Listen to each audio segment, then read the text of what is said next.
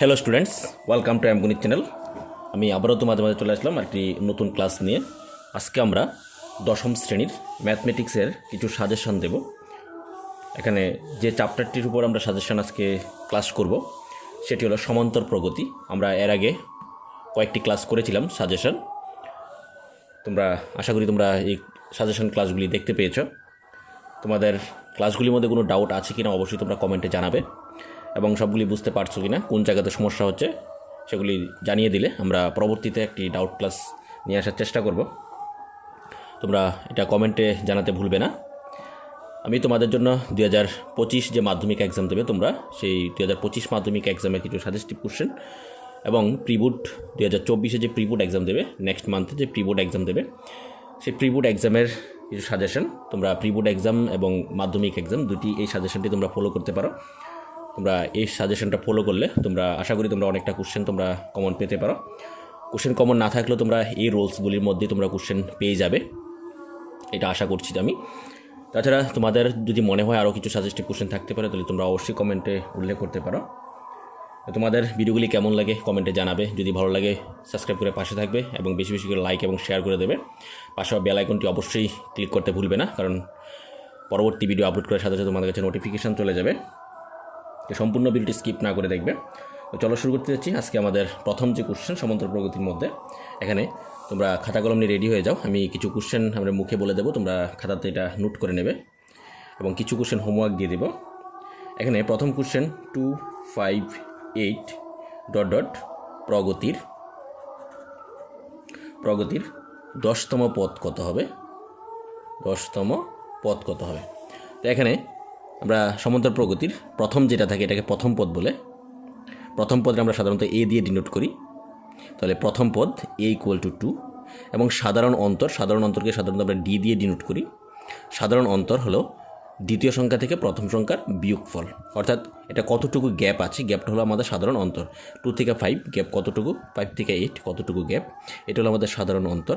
তাহলে এখানে সাধারণ অন্তর 5 - 2, দ্বিতীয়টা থেকে প্রথমটা মাইনাস করে নিলেই হবে 3 হবে সাধারণ অন্তর।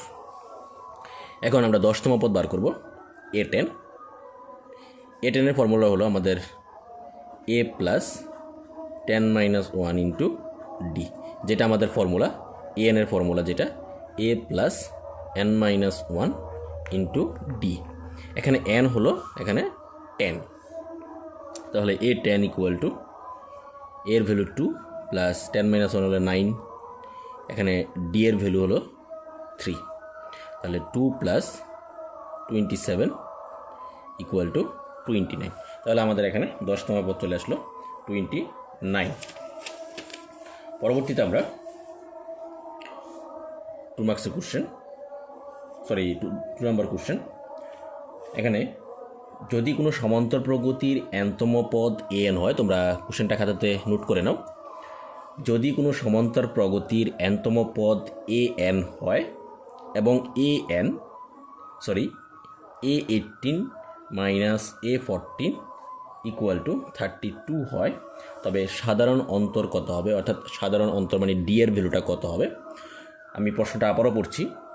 যদি কোনো সমান্তর প্রগতির nতম পদ an বলতে এখানে এভাবে লিখবে an হয় এবং A18 - A14 ইকুয়াল টু 32 হয়, তবে সাধারণ অন্তর অর্থাৎ ডি এর ভ্যালু নির্ণয় করো।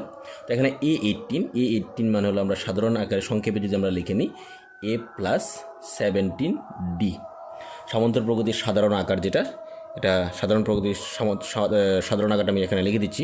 প্রথম পদ এ, দ্বিতীয় পদ এ প্লাস ডি, তৃতীয় পদ এ প্লাস 2d, তৃতীয় পদ এ প্লাস 3d, চতুর্থ পদ a plus 4d plus dot dot, এভাবে সাধারণ আকারটি আসে। মানে প্রত্যেকটা আমি যততম পদই বলবো ডি এর সাথে এক কম লিখে দিলেই হলো। তাহলে A18 মানে A plus 17d minus A14 মানে A প্লাস 13d, ব্র্যাকেট দিয়ে দিলাম কারণ মাইনাস আছে সামনে, equal to 32। A plus 17d minus A, প্লাসে মাইনাস হবে মাইনাস 13d ইকুয়াল টু হবে 32। এখানে প্লাসে মাইনাসে ক্যান্সেল হয়ে গেল। 17d থেকে 13d যদি আমরা মাইনাস করে দিই তাহলে আসবে 4d ইকুয়াল টু 32। তাহলে ডি ইকুয়াল টু আসলো 32/4, তাহলে ডি ইকুয়াল টু 8 হবে আনসার। তাহলে এখানে সাধারণ অন্তর চলে আসলো 8, এটা হলো আমাদের আনসার। তো এগুলি আমাদের মাল্টিপল চয়েস কোশ্চেনও দিতে পারে, সঠিক উত্তর 4টি করে অপশান দেওয়া থাকতে পারে। আমাদের 1 মার্কসের কোশ্চেন বা 2 মার্কসের কোশ্চেনও এই ধরনের কোশ্চেনগুলি আমাদের পরীক্ষাতে থাকতে পারে। তারপরে আমাদের 3 নম্বর কোশ্চেন। 3 নম্বর যে কোশ্চেনটি আমরা সলভ করব, কোনো সমান্তর প্রগতির n-তম পদ an ইকুয়াল টু 3n-2 হলে প্রগতিটির 17তম পদ কত? আমি আবারও কোশ্চেনটা বলছি। কোনো সমান্তর প্রগতির n-তম পদ an ইকুয়াল টু 3n-2 হলে প্রগতিটির 17তম পদ নির্ণয় করা। তাহলে 17তম পদ মানে হলো a17, অর্থাৎ n এর জায়গাতে হবে 17। আমরা n ইকুয়াল টু বসাবো 17, কারণ যেহেতু 17তম পদ এখানে বলেছে। তাহলে 17 ইকুয়াল টু 3 × 17 - 2, 3 × 17 যদি আমরা করে নিই তাহলে হবে 51 - 2, 51 - 2 করলে আসবে এখানে 49। তাহলে 49 হলো আমাদের 17তম পদ। তোমাদের ক্লাসগুলি কেমন লাগছে অবশ্যই কমেন্টে জানাবে। তোমরা এই কোশ্চেনগুলি ফলো করলে তোমাদের মাধ্যমিক এক্সাম আশা করছি তোমাদের খুবই ভালো হবে। তোমরা এই কোশ্চেনটি বিভিন্ন বিগত বছরে মাধ্যমিক এক্সামে প্রায় সময় এসেছে, অর্থাৎ প্রি বোর্ড, মাধ্যমিক, হাফ ইয়ারলি এক্সাম, এই সমস্ত কোশ্চেনে প্রায় সময় এই কোশ্চেনগুলি আসে। তাই তোমাদের সামনে আমি আমগণিত চ্যানেলের মাধ্যমে তোমাদের সামনে এই কোশ্চেনগুলি তুলে ধরলাম। তোমরা এই কোশ্চেনগুলি একবার রিভিশন দেওয়ার চেষ্টা করবে, যদিও তোমাদের প্রিপারেশান ইতিমধ্যে শেষ হয়ে গেছে আশা করছি। তারপরে একবার এই কোশ্চেনগুলি পরীক্ষার আগে একবার দেখে যাওয়ার চেষ্টা করবে। নেক্সট আমাদের আরেকটি সমান্তর প্রগতি দেওয়া আছে 7, 13, 19, ... 205, মানে মাঝখানে আরও সংখ্যা আছে। প্রগতির পদ সংখ্যা কত? প্রগতির পদ সংখ্যা কত মানে হলো এটার মধ্যে কয়টি পদ আছে, মানে n এর ভ্যালু বার করতে বলা হচ্ছে। এই যে আমাদের formula an = a + n - 1 × d, এটার মধ্যে থেকে n এর মানটা কত এটা আমাদের বার করতে বলা হয়েছে। তাহলে এখানে আমাদের পদ সংখ্যা বার করতে গেলে আমাদের 205 যে নাম্বারটা আছে সেই নাম্বারটা যত নাম্বার পদে আছে সেটি হবে n এর মান। তাহলে এখানে আমাদের দেখতে হবে 205 নাম্বারটা কত নাম্বার পদে আছে। তাহলে আমরা প্রথমেই ধরে নিই, আমরা জানি না এটা কত নাম্বার পদে আছে, তাহলে আমরা প্রথমেই ধরে নেব an = 205, আমরা ধরে নিলাম। এখন আমাদের an এর যে ফর্মুলা, an এর ফর্মুলা হলো a + n - 1 × d। লিখে দিলাম ফর্মুলাটা, a + n - 1 × d = 205। এখানে প্রথমেই যে আমাদের n এর ভ্যালু দেওয়া আছে সমান্তর প্রগতির মধ্যে, প্রথমেই n এর ভ্যালু a এর ভ্যালু, a মানে হলো আমাদের প্রথম পদ, এখানে প্রথম পদ দেওয়া আছে 7, তার মানে a এর ভ্যালু আমাদের এখানে 7 প্লাস n - 1 আমরা জানি না n এর ভ্যালু কত, -1 × d। d মানে হলো আমাদের সাধারণ অন্তর, যেটাকে আমরা বলি সাধারণ অন্তর।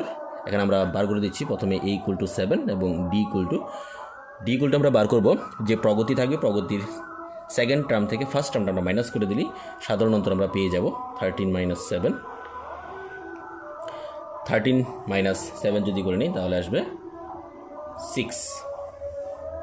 তাহলে d এর ভ্যালু চলে আসলো 6 = 205।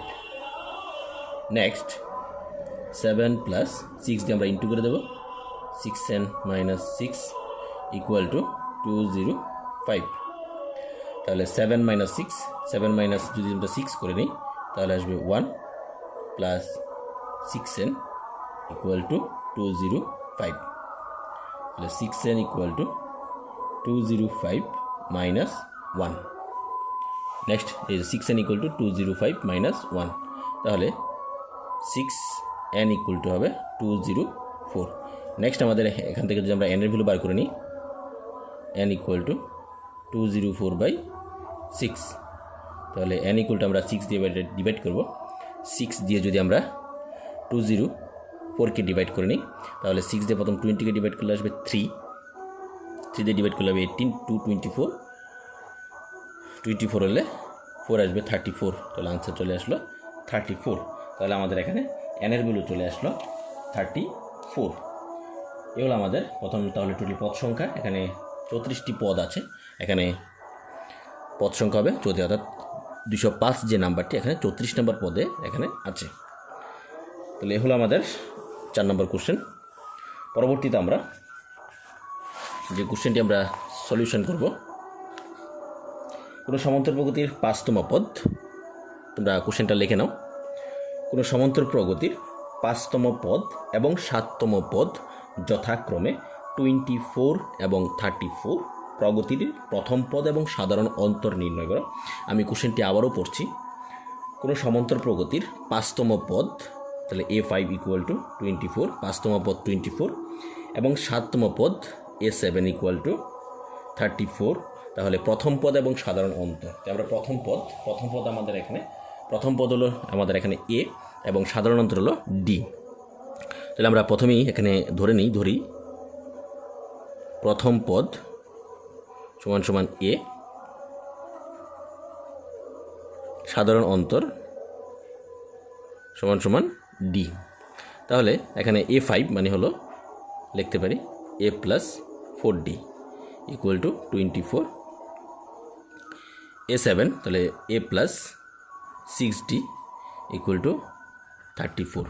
তাহলে এখানে এই যে দুইটি সমীকরণ আসলো, এখানে এই দুটি সমীকরণকে আমরা সমাধান করব। সমাধান করে এখান থেকে A এর ভ্যালু এবং D এর ভ্যালু আমরা বার করার চেষ্টা করব। তাহলে আমরা 1 নাম্বার থেকে 2 নাম্বারটা আমরা মাইনাস করে দিই। মাইনাস করে দিলে পাবো A + 4D = 24, A + 6D = 34। আমরা মাইনাস যদি করে নিই, মাইনাস করে নিলে আমরা জানি নিচের সাইনগুলি চেঞ্জ করতে হয়। এখানে A ক্যান্সেল হবে এবং 4D এবং 6D মাইনাস করলে আসবে -2D এবং 24 আর 34 মাইনাস করলে আসবে -10। তাহলে D = হবে -10/-2, তাহলে D = আসলো 5। তাহলে D = 5 চলে আসলো। তাহলে 1 নংয়ের মধ্যে আমরা D = 5 বসিয়ে দেব। A + 4D = 24, এখানে D = 5 বসিয়ে দিই। A + 4 × 5 = 24, A + 20 = 24, A = 24 - 20, তাহলে A = চলে আসলো 4।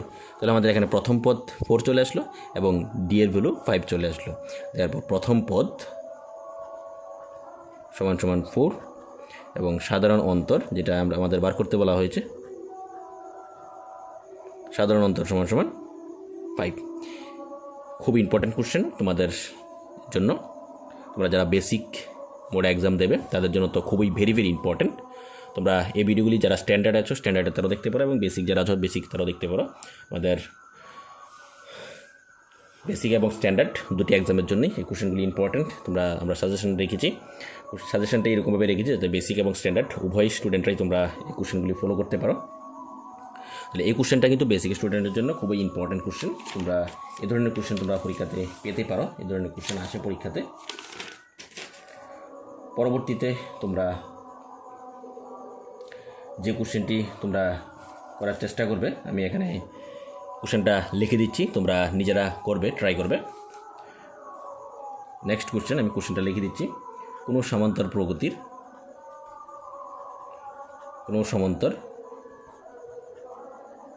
প্রগতির p-তম পদ Q এবং Q-তম পদ P, তবে দেখাও যে